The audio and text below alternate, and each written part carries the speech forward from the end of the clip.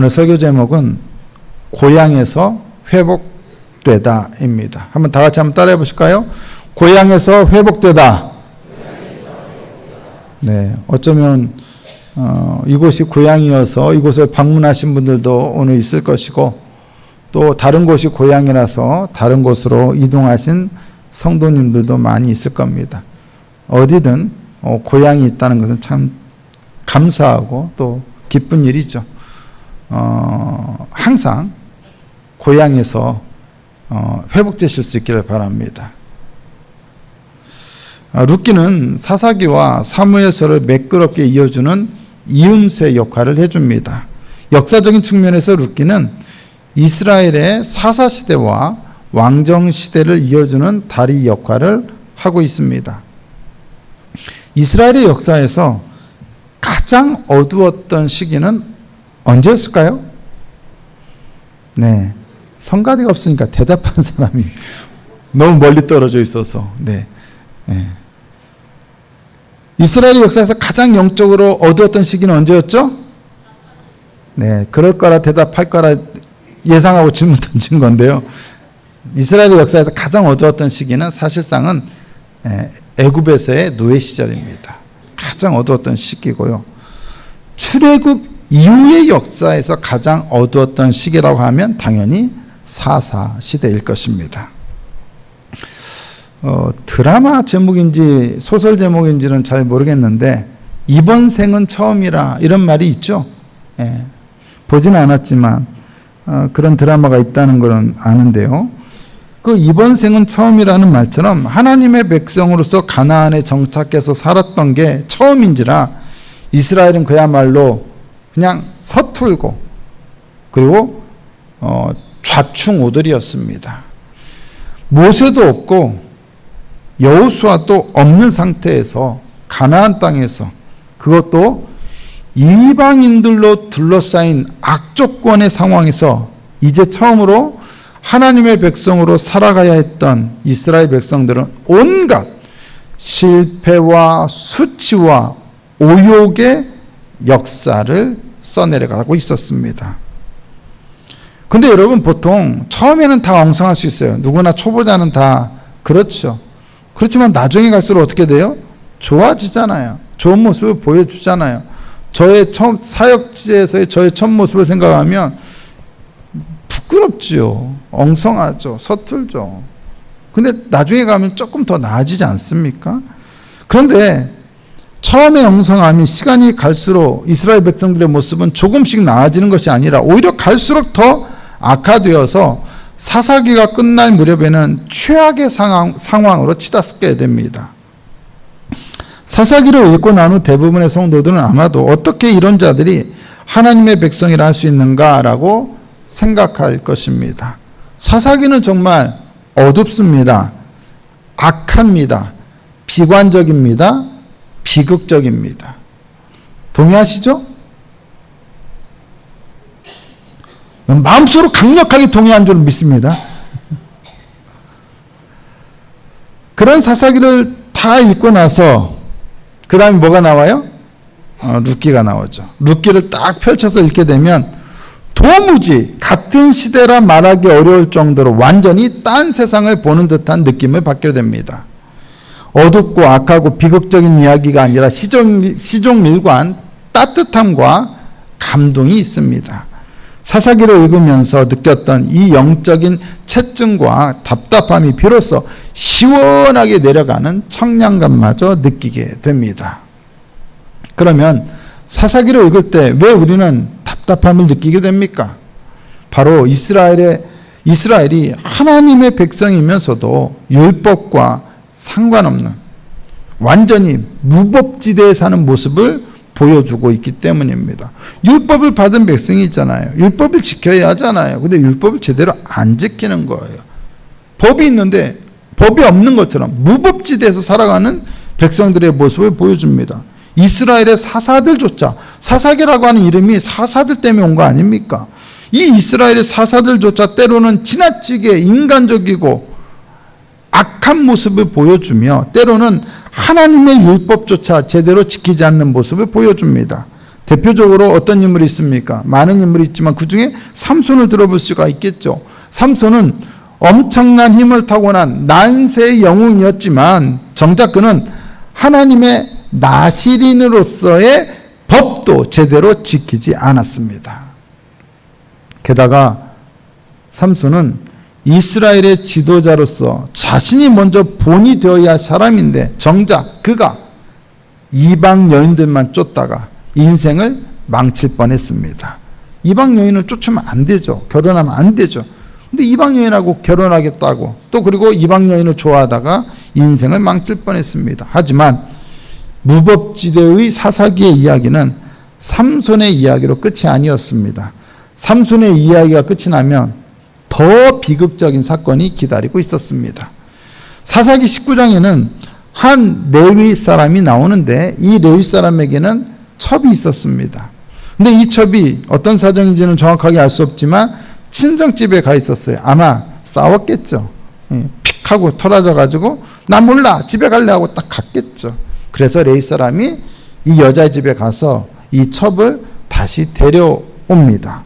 근데 집으로 가다가 집이 머니까 하루 만에 못 가고 하룻밤을 어디서 묵어야 하는데 어디에 가서 묵었느냐. 베냐민 지파에 속한 기브아라고 하는 동네에 가서 유숙을 했어요. 그런데 그곳에서 그만 불량배들에 의해서 자기의 첩이 심한 능욕을 당하고 사망한 사건이 발생하게 됩니다. 자신의 첩이 이렇게 죽었으니 얼마나 절망적이고 한스럽고 또 분노에 휩싸였겠습니까? 이 레위인이 집으로 가자마자 자신의 죽은 첩의 사체를 12조각으로 토막을 내서, 좀 잔인하죠?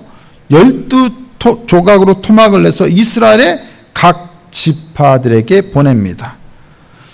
이스라엘 백성들은 참으로 기가 막힌, 듣도 보도 못한 끔찍한 일을 경험하는 거예요.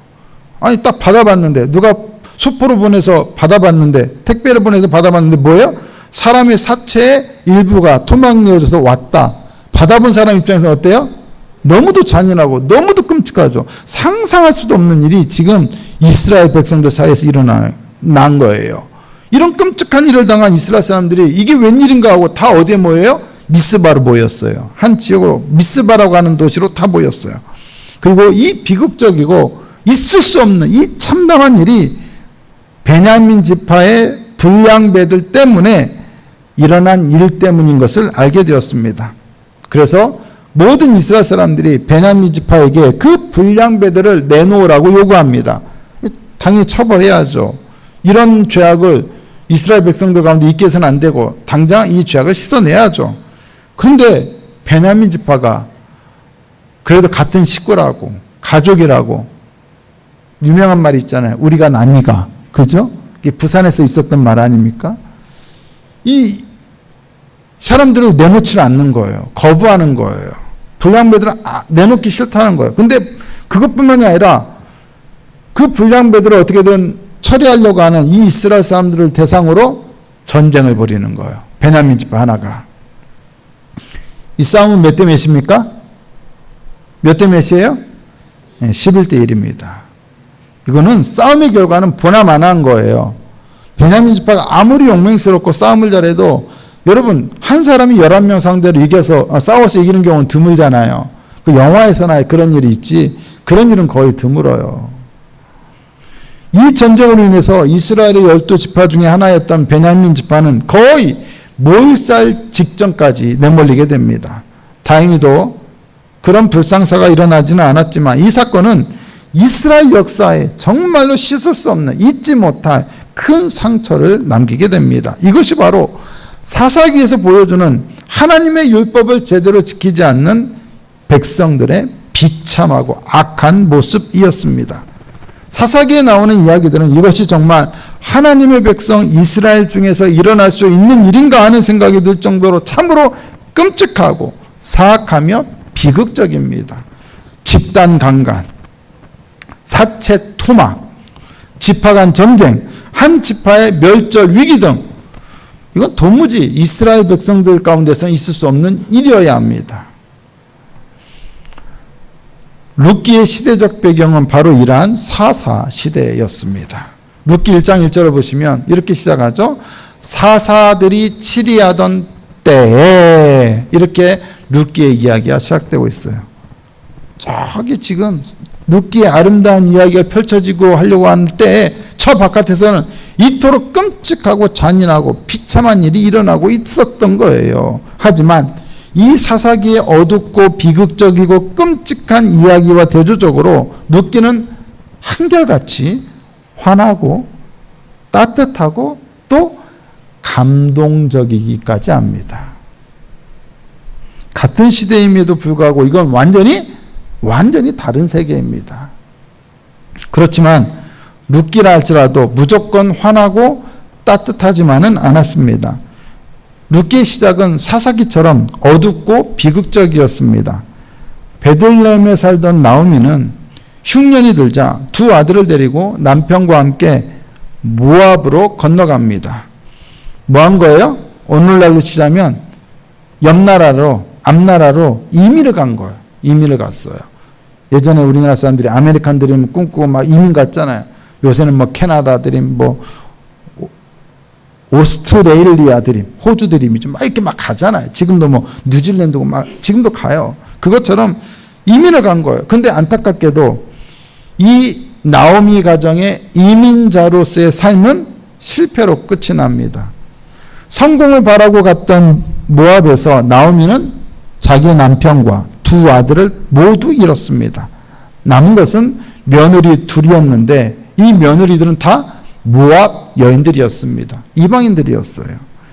모든 것을 잃은 나오미는 마지막 버팀목이라 할 수 있는 자기의 고향 베들레헴으로 돌아가고자 했습니다. 이때 이 두 며느리도 시어머니를 따라 나섰지만 나오미는 그들을 한사코 만류합니다. 너희들은 이방 여인이고 나랑 같이 갈 필요가 없어. 너희들은 따로 이제 딴 남자 만나서 시집가. 만류했어요. 이 시어머니의 강력한 만류에도 불구하고 둘째 며느리였던 룻은 끝까지 어머니를 따르겠다며 동족과 고향을 떠나서 베들레헴으로 들어갑니다. 이번에는 나오미가 아니라 그의 며느리였던 룻이 거꾸로 모압에서 이스라엘로 이민을 간 셈인 것이죠. 사람들은 오랜만에 고향으로 돌아온 나오미를 반갑게 맞이해 주었습니다. 룻기 1장 19절을 보세요. 이에 그 두 사람이 베들레헴까지 갔더라. 베들레헴에 이를 때 온 성읍이 그들로 말미암아 떠들며 이르기를 이가 나오미냐 하는지라. 오랜만에 봤어요. 얼마나 반가워요. 그죠? 나오미야? 나오미 맞아? 당신 나오미지? 모두가 나오미를 오랜만에 본 나오미를 다 기뻐서 나오미를 기쁘게 맞아주고 있습니다. 이 나오미라고 하는 이름은 뭐냐? 기쁨, 희락이라는 뜻이에요. 희락. 그러니까 나오미를 보고 뭐라고 말해요? 기쁨! 오랜만이야. 아니 어디 갔다 이제 와? 너무 오랜만인데 기쁨 맞지? 기쁨 맞잖아. 이름이 기쁨이에요. 나오미예요. 그녀 이름을 그렇게 기쁨으로 불러주면서 환대해 주는데 나오미는 그게 그렇게 달갑지가 않아요. 자기를 나오미라고 부르는 거, 기쁨이라고 부르는 게 달갑지가 않아요. 그래서 이렇게 말합니다. 룻기 1장 20절입니다. 나오미가 그들에게 이르되 나를 나오미라 부르지 말고 나를 마라라 부르라. 이는 전능자가 나를 심히 괴롭게 하셨음이니라. 기쁨이라 부르지 마. 나를 마라라고 불러. 마라가 뭐예요? 뜻이? 괴로움이란 뜻이에요. 고통이란 뜻이에요. 기쁨 부르지 말고 나를 고통, 괴로움이라고 부르라는 거예요. 왜?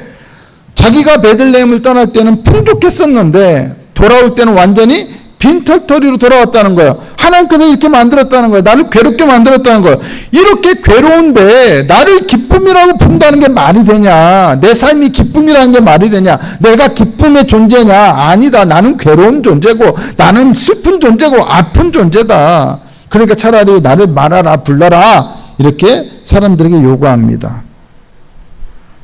룻기 초반에 나오는 이러한 나오미의 삶은 굉장히 사사기적입니다. 무슨 뜻입니까? 어둡고 아프고 비참하고 고통스러운 삶이란 얘기죠. 나오미와 룻이 베들레헴에 왔을 때는 때마침 보리 추수가 시작되던 시기였습니다. 룻은 어머니와 베들레헴으로 왔지만 가지고 있는 게 하나도 없어요. 먹고 살 길이 없어요. 당시 여자들, 특히 과부들은 사회에서 가장 최극빈자층이에요. 재산이 없으면 더 힘들어요. 어쩔 수 없이 생계를 위해서 밭에 가서 이삭을 주었습니다. 추수 때 남는 이삭들, 떨어진 이삭들을 주어요. 그리고 그 룻이 이삭을 줍던 그 밭의 주인이 바로 누구였습니까? 보아스였어요. 보아스는 이 룻에 대한 이야기를 들었겠죠. 그래서 참 애쓴다, 참 이쁘다. 이방 여인인데도 시어머니를 모시고 여기까지 왔고 어떻게 살아보려고 저렇게 애쓰니 얼마나 이뻐 보였겠어요. 그래서 자기의 사원들을 시켜서 룻에게 많은 호의를 베풀어요. 좀 더 떨어뜨려주고 더 많이 주워가게 해라. 또 죽기 편하게 해줘라. 일부러 좀 더 떨어뜨려주고. 그래서 나오미가 보아스한테 많은 은혜를 입었고 그거를 어머니한테 가서 얘기를 한 거예요. 근데 나오미는 이 보아스를 알고 있었어요. 보아스가 자기 남편의 가까운 친족이라는 것을 알고 있었어요. 가까운 친척이라는 얘기죠. 예. 여기서 중요한 것은 보아스가 나오미의 남편의 가까운 친족이라는 점이에요. 이게 무엇을 의미합니까? 레위기 25장 47절에서 49절을 보시면 내 형제는 가난하게 되므로 그가 너와 함께 있는 거류민이나 동거인 또는 거류민의 가족의 후손에게 팔리면 그가 팔린 후에 그에게는 속량받을 권리가 있나니 그의 형제 중 하나가 그를 속량하거나 그의 가족 중 그의 살부치 중에서 그를 속량할 것이요. 여기서 그의 형제 중 하나나 그의 가족 중 그의 살부치 중에서 하나라는 얘기는 가까운 친족이라는 것을 의미해요. 친척 중에 한 명이 뭐 해야 한다? 속량해야 한다. 속량하다는 말은 무르다, 도로 사다, 구제하다는 뜻이에요. 옛날에 이스라엘 사람들은 지파별로 그리고 가문별로 땅을 기업으로 받았어요. 가문의 기업으로 받았어요. 그 땅은 절대로 팔 수가 없어요. 근데 그래도 살다 보니까 가난하고 가진 게 없고 흉년이 되거나 그러면 사람들이 그 땅을 팔아요. 팔고 그 땅마저도 팔고 그리고도 먹고 살기 힘들면 자기의 몸마저 팔아요. 그때 이 팔린 땅이나 팔린 몸을 그 가난한 사람들 중에 가장 가까운 친족 중에 하나가 반드시 어떻게 알아? 구제하도록 되어 있어요. 속량해 주게 되어 있어요. 그 팔린 땅을 도로 사서 이 사람에게 팔았던 사람에게 도로 주는 거예요. 팔렸던 몸을 다시 사서 그럼 노예가 될 거잖아요. 종이 된 거잖아요. 그 사람을 다시 자유롭게 해주는 거예요. 그게 뭐다? 속량이래요. 속량이에요. 기업을 무르기예요. 기업 무르기예요. 그게 바로 이 내용이에요. 레위기의 말씀의 내용이에요. 보아스가 나오미 남편의 가까운 친족이라면 당연히 나오미에게 보아스는 그 남편의 땅을 다시 사줘야 할, 즉 속량해야 할 의무가 있는 사람 중에 한 사람이었다는 얘기예요. 그래서 룻기 2장 20절을 보시면 나오미가 자기 며느리에게 이르되 그가 여호와로부터 복받기를 원하노라. 그가 살아있는 자와 죽은 자에게 은혜 베푸기를 그치지 아니하도다 하고 나오미가 또 그에게 이르되 그 사람은 보아스죠. 우리와 가까우니 우리 기업을 물을 자 중에 하나이니라 하니라. 나오미는 그걸 알았어요. 보아스는 바로 나오미 남편의 기업을 물을 자, 즉 속량자로서의 의무를 가진 사람 중에 하나였습니다. 이것은 이스라엘 백성들이라면 당연히 지켜야 할 율법이었어요. 나오미는 바로 이 율법을 활용하고자 했던 것입니다. 그래서 나오미는 보아스의 타작마당에 자기 며느리 룻을 보내요. 그 타작마당에 마련되어 있던 보아스의 이불 자리에 룻에게 말해서 미리 그 이불 속에 들어가 있으라고 시켜요. 보아스가 막 타작을 하지 않습니까? 즐겁게 하고 또 축제처럼 하고 음식도 먹고 막 즐겁게 하다가 피곤해서 이제 자기 이불 자리에 딱 들어갔겠죠? 들어갔는데 발치에서 뭐가 끔찍끔찍 느껴져요. 보니까 이불 들어서 보니까 누구예요? 젊은 여인이 거기에 누워있는 거예요. 화들짝 놀리죠. 도대체 누구냐? 뭐 하는 거냐? 이게 여자가 그 보아스는 그리고 룻에게 내 딸아 이렇게 표현해요. 내 딸아. 이 얘기는 보아스가 상당히 나이가 지긋한 사람이었을 거라는 거죠. 옛날에 룻기와 관련된, 룻과 보아스와 관련된 옛날에 영화 있었거든요. 크리스찬 영화. 거기는 되게 보아스가 굉장히 멋진 남자고 룻은 아주 아름다운 여인으로 선남선녀가 나오는 것으로 나오지만 사실은 보아스는 나이가 좀 있는 사람이었을 거예요. 어른이었을 거예요. 어쨌든 이방 여자고 젊은 여자가 남자 이불 속에, 그것도 나이가 많은 이불 속에 들어간다는 건 뭔가 조금 생각할 수 없는 일이잖아요. 그죠? 받아들이기 어려운 사회 통념상, 더군다나 이스라엘 같이 보수적인 사회에서는 있을 수 없는 일이에요. 당연히 보아스로는 점잖은 어른이니까 놀랄 수밖에 없죠. 이게 뭐하는 짓이냐? 당신 누구냐? 그러자 룻이 이렇게 말합니다. 룻기 3장 9절입니다. 이르되 내가 누구냐 하니 대답하되 나는 당신의 여종 룻이오니 당신의 옷자락을 펴 당신의 여종을 덮으소서. 이는 당신이 기업을 물을 자가 됨이니이다. 이렇게 얘기를 해요. 제가 이렇게 한 것은 사실 이것 자체가 되게 불경스럽고 별로 바람직한 모습은 아닌데, 이렇게 했던 이유는, 더군다나 여자가 남자의 침실에 뛰어든 이유는 다른 게 아니라 당신이 우리 집안의 기업을 물을 자이기 때문에 한 것입니다 라고 보아스에게 그것을 일깨워 주죠. 그러자 룻이 왜 이런 행동을 했는지 보아스가 알게 되었고, 그래서 보아스는 어떻게 합니까? 나오미 집안의 기업을 물으기로 결심합니다.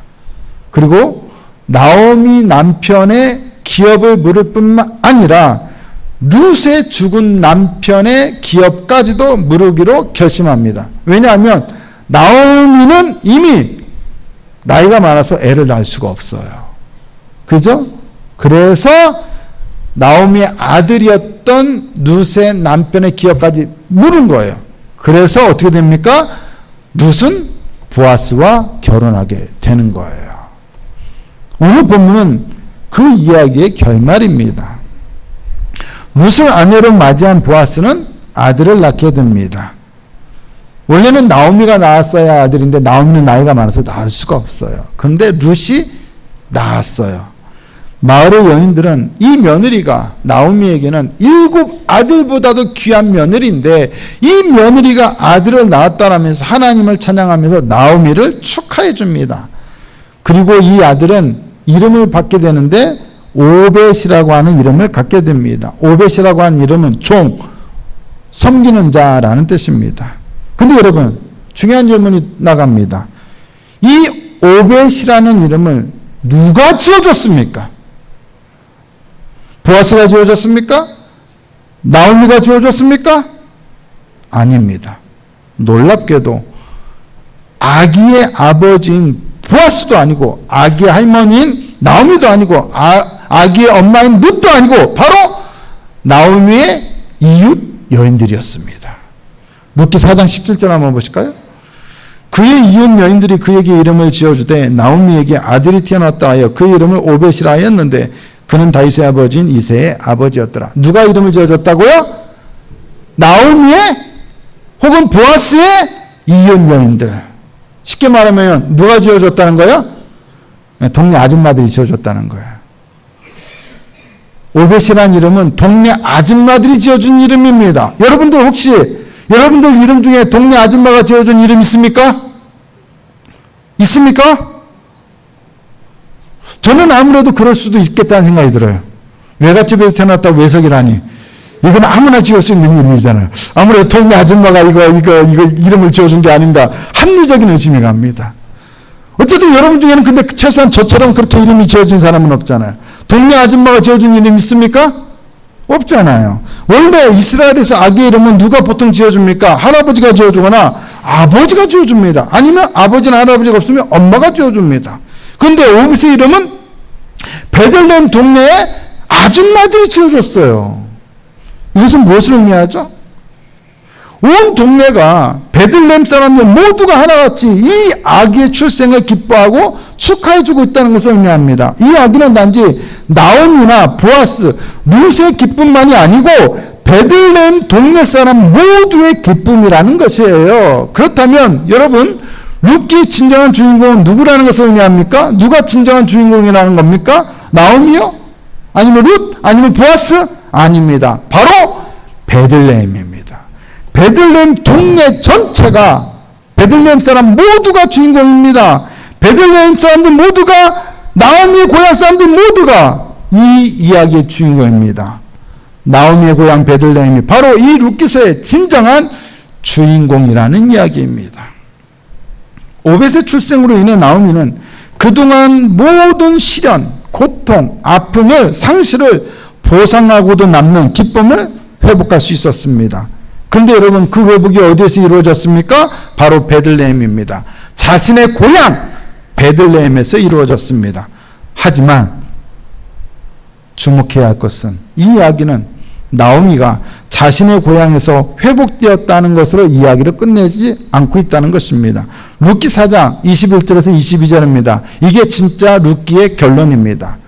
자, 한번 보실까요? 살몬은 보아스를 낳았고, 여러분, 살몬은 누굽니까? 살몬은 누구예요? 보아스를 낳아준 사람 맞죠? 보아스의 아버지죠? 살몬은 누구예요? 살몬은 바로 기생 라합과 결혼한 사람이에요. 그러니까 보아스는 누구의 아들? 기생 라합의 아들이에요. 그 살몬이 보아스를 낳았고, 보아스는 오벳을 낳았고, 오벳은 이새를 낳았고, 이새는 다윗을 낳았더라. 이게 바로 룻기의 결론이에요. 오벳의 출생이 중요한 이유는 바로 그가 장차 다윗의 할아버지가 되는 인물이기 때문입니다. 베들레헴은 오벳만이 아니라 장차 다윗이 태어나는 곳이 됩니다. 베들레헴은 그래서 다윗의 동네, 다윗의 고장으로 불리게 됩니다. 다윗의 고향이 됩니다.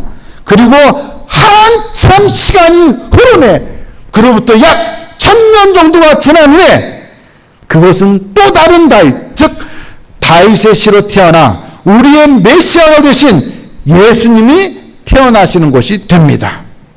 그리하여 베들레헴은 기쁨을 회복한 나오미의 고향일 뿐만 아니라 그리스도를 따르는 모든 사람들의 영적인 고향이 되기도 하였습니다. 나오미의 고통스러운 삶은 자기의 고향 베들레헴에서 회복되었습니다. 룻기를 통해 보는 베들레헴의 모습은 사사기에서 볼 수 있는 이스라엘의 모습과는 너무 달라요. 그러니까 중요한 것은 나오미가 왜 같은 사사기 시대인데, 악하고 비참하고 비극적이고 비관적인 시대인데 왜 어떻게 베들레헴에서 나오미가 회복될 수 있었느냐. 그런 악한 시대에, 어두운 시대에. 사사기에서는 너나 할 것 없이 많은 사람들이 하나님의 율법을 어겨요. 지키지 않아요. 그런데 룻기에서 보는 베들레헴에서는 어때요? 그렇지 않아요. 율법을 지켜요. 베들레헴 사람들은 영적으로 가장 어두웠던 사사시대에도 하나님의 법을 준수하고 있었습니다. 무법한 시대에도 그들은 율법을 따르는 백성으로 살고 있었습니다. 그 두 가지 이야기가 오늘 본문에 나오는데, 룻기 전체에서 나오는데, 그 중 하나가 바로 앞에서 말한 기업 무르기입니다. 즉 속량자에 관한 율법입니다. 여러분, 이 율법을 따르지 않았다면 보아스와 룻의 결혼은 없었을 것이고, 그랬다면 오벳도 없었을 것이고, 다윗도 태어나지 않았을 것입니다. 기업 무르기 당연히 지켜야죠. 근데 문제는 뭐예요? 기업을 물어주자면 이 사람이 팔았던 그 땅을 내가 누구 돈으로 살아야 돼요? 누구 돈으로 사야 돼요? 내 돈으로 사가지고 내가 갖는 거예요? 아니죠. 원래의 주인이었던 그 사람에게 주는 거예요. 그러니까 기업을 물으려면 결국 뭐가 있어야 한다는 거예요? 나의 재산상의 물질적인 손해가 있어야 한다는 얘기예요. 그래서 많은 사람들이 기업 물으기를 거부했어요. 쉽게 그것을 내가 기업을 물어주겠다라고 말을 못했어요. 왜? 그게 크면 클수록 내 돈이 많이 나가니까. 근데 보아스도 역시 자기 돈으로 기업을 물어줘야 돼요. 손해를 보는 일이라고요. 근데 그걸 지켰다고요. 지키는 게 쉬운 일은 아닌데도 지켰다라는 거예요. 그렇게 손해를 감수하면서까지 율법을 지켰기 때문에 율법에 순종한 보아스는 결국 뭐가 되는 거예요? 메시아의 조상이 될 수 있었던 거예요. 베들레헴 사람들이 준수했던 또 다른 율법은 바로 이삭을 줍는 거였어요. 레위기 23장 22절입니다. 너희 땅에 곡물을 벨 때 반 모퉁이까지 다 베지 말며 떨어진 것을 줍지 말고 그것을 가난한 자와 거류민을 위하여 남겨두라.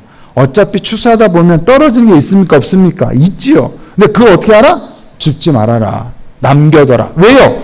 가난한 자와 거류민이 와서 그를 주워가도록. 룻기가 밭에 가서 뭐 했다고요? 떨어진 이삭을 주었어요. 그 얘기는 베들레헴 사람들이 이 말씀을 지금 어떻게 하고 있다는 거예요? 지켜 행하고 있었던 얘기예요. 여러분, 아무리 작은 거라도 이삭이 떨어지면 아까워 안 아까워요?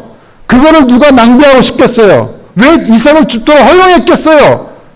그거는 말씀이 그렇게 그들에게 규정해주고 있기 때문이에요. 그래서 이삭 줍기가 가능했던 거예요. 그래서 이방 여인이, 아무것도 먹고 살 길이 없는 여인이 와서 먹고 살 수 있었던 거예요. 이삭 줍기가 가능했기 때문이에요. 그 얘기는 이들이 율법을 베들레헴 사람들이 다 잘 지키고 있었다라는 얘기예요. 바로 이렇게 기업 무르기라든가 이삭 줍기라든가 율법이 잘 지켜지는 곳이었기 때문에 바로 그 베들레헴에서 나오미가 회복되는 일이 일어날 수 있었다는 거예요. 율법이 잘 지켜지는 곳에 사사기와는 다르게 비극이나 아픔이나 처참함이나 이런 일이 아니라 아름다움이 있을 수 있었고 감동적인 이야기가 있을 수 있었고 사랑의 이야기가 있을 수 있었다는 얘기예요. 또한 생명과 회복의 이야기, 기쁨과 축하의 이야기가 있을 수 있었다라는 것입니다.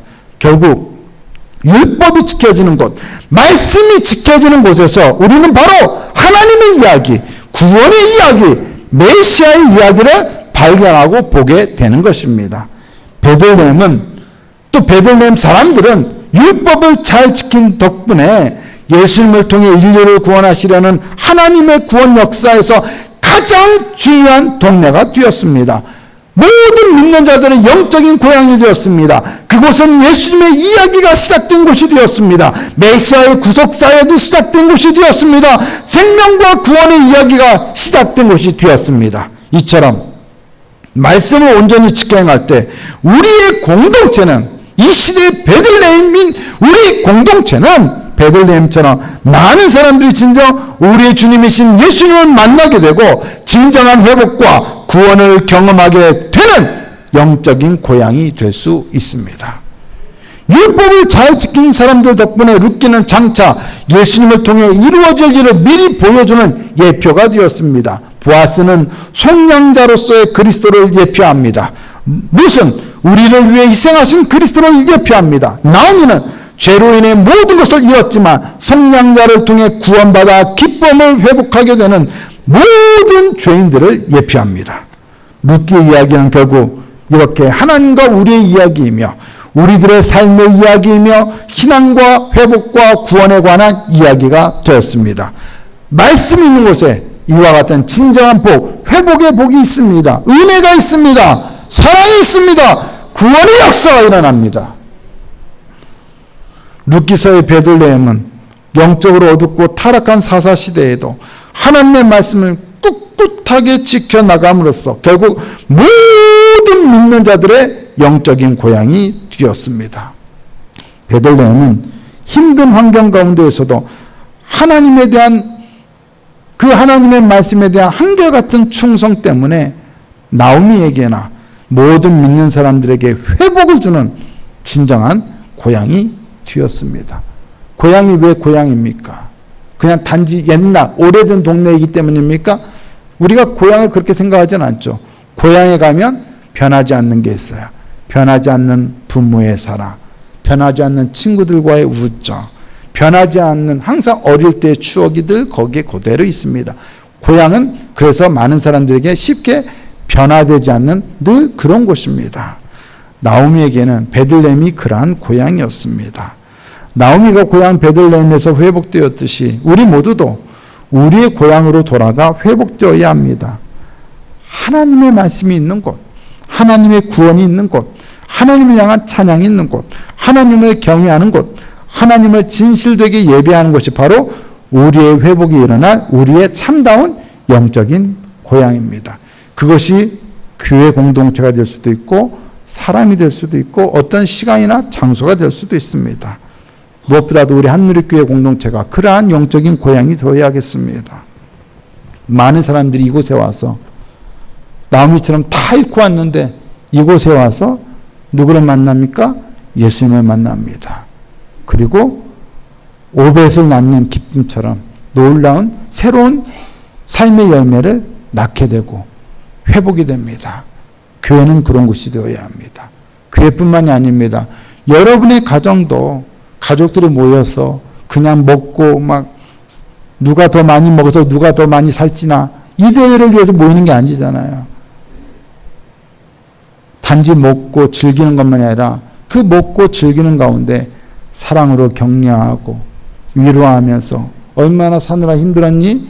애썼다 하면서 위로하면서 또 그 가운데 사랑으로 섬기면서 예수를 증거하고 예수를 말해줌으로써 그들이 잃어버렸던 신앙을 회복하고 그들이 하나님을 다시 찾게 되는 영적인 고향이 되어야 합니다. 단지 혈통적인 고향, 지역적인 고향이 아니라 우리 가정은 그런 일을 통하여 영적인 고향이 되어야 합니다.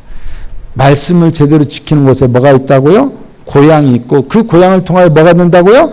회복이 이루어질 수 있다는 것입니다. 우리 한누리교회가 많은 사람들에게 진정한 회복을 줄 수 있는 영적인 고향이라면 우리 한누리교회는 먼저 뭐 해야 합니까? 우리가 먼저 말씀을 지켜 행해야 합니다. 기업 무르기나 이삭 죽기는 기본적으로 무엇에 대한 말씀입니까? 누구를 겨냥한 말씀입니까? 사회적 약자들을 겨냥한 말씀입니다.